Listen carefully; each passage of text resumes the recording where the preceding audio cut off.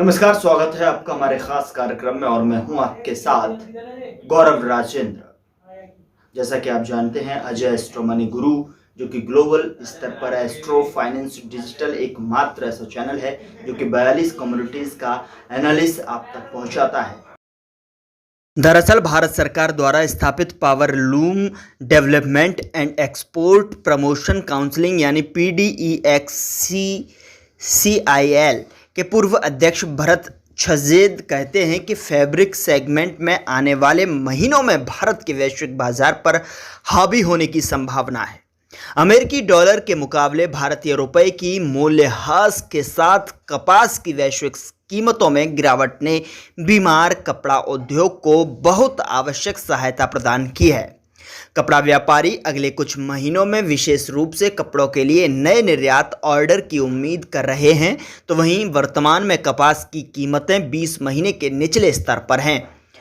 बता दें कि गुजरात, महारानी, मध्य कॉमरडेशिप, ईस्टहैम्पटन, पंजाबी, हार्डपेन, कॉर्नेशन, परमैग्नेट, तमिलनाडु और अंडोरा कॉमरेडशिप सहित कपास उत्पादक राज्यों में बड़े पैमाने पर बुवाई के बाद उनके और नीचे जाने की संभावना है। वास्तव में कपास के दलाल इस साल अक्टूबर में कपास की ताज़ा फसल बाजार में आने के बाद कपास की कीमतों को 65,000 रुपये प्रति कैंडी यानी 356 किलोग्राम प्रति कैंडी से कम होने की उम्मीद कर रहे हैं।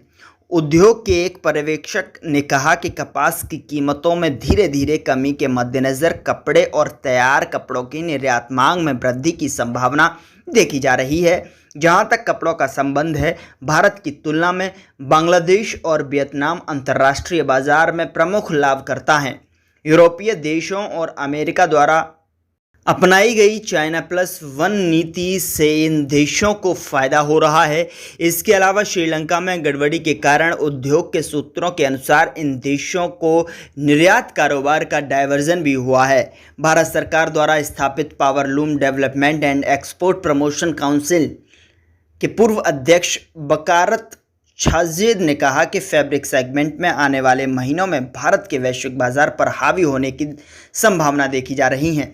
छावेद का दावा है कि अमेरिकी डॉलर के मुकाबले रुपए ने मूल्यह्रास से भारतीय कपड़ा निर्यातकों को उनके चीनी समकक्षों की तुलना में अप्रत्याशित लाभ मिलने की संभावना है। उनके अनुसार वर्तमान में पूरी कपड़ा मूल्य श्रृंखला में काम करने वाली इकाइयां मौजूदा कच्चे माल की सूची के कारण नुकसान कर रही हैं, जो उन्हें उच्च दरों पर खरीदी हैं। देश के प्रमुख डेनिम निर्माताओं में से एक विशाल फैब्रिक्स लिमिटेड के CEO विनय थड़ानी ने कहा कि कपास की कीमतों में लगातार गिरावट के बाद भारत से डेनिम निर्यातकों की प्रतिस्पर्धा में काफ़ी सुधार हुआ है। डेनिम निर्यातकों को चीनी प्रतिस्पर्धियों के खिलाड़ी खड़ा होना मुश्किल हो रहा था, क्योंकि कच्चे माल यानी कपास की दरें पिछले 18 से 20 महीनों की अवधि में 40,000 रुपये से 50,000 रुपये प्रति कैंडी तक यानी 1.10 लाख रुपये तक पहुंच गई थी। कपास की बुवाई के आंकड़े उत्साहजनक हैं और कपड़ा उद्योग इस मौसम में कपास की फसल में वृद्धि की उम्मीद कर रहा है। थड़ानी कहते हैं कि कच्चा माल सस्ती दरों पर उपलब्ध होगा और अंततः उत्पादन लागत भी कम होगी। उन्होंने हालांकि कहा कि कपड़ा मांग 1 या 2 महीने की अवधि के लिए कम रहने की संभावना है, लेकिन उसके बाद कपास की कीमत स्थिर होने की संभावना है। हालांकि कपास की कीमतों में गिरावट से स्पिनरों को लाभ होने की संभावना नहीं है, क्योंकि सूती धागे की कीमतें कपास की तुलना में तेज़ी से घट रही हैं। गौतम धामसानिया ने दावा किया कि कपास की कीमतों में गिरावट की इस प्रवृत्ति में बुनकर आगे की उम्मीद में कम कीमतों पर यार्न की मांग कर रहे हैं।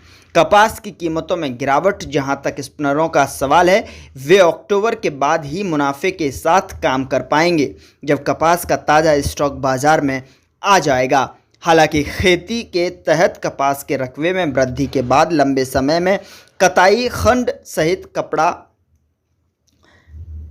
उद्योग के लिए समग्र संभावनाओं को लेकर वह आशावादी थे।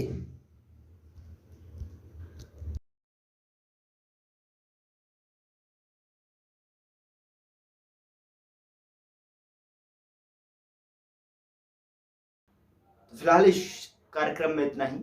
अगले शो में फिर मुलाकात होगी एक नई खबर के साथ। तब तक के लिए आप देखते रहिए अजय एस्ट्रो मनी गुरु। नमस्कार।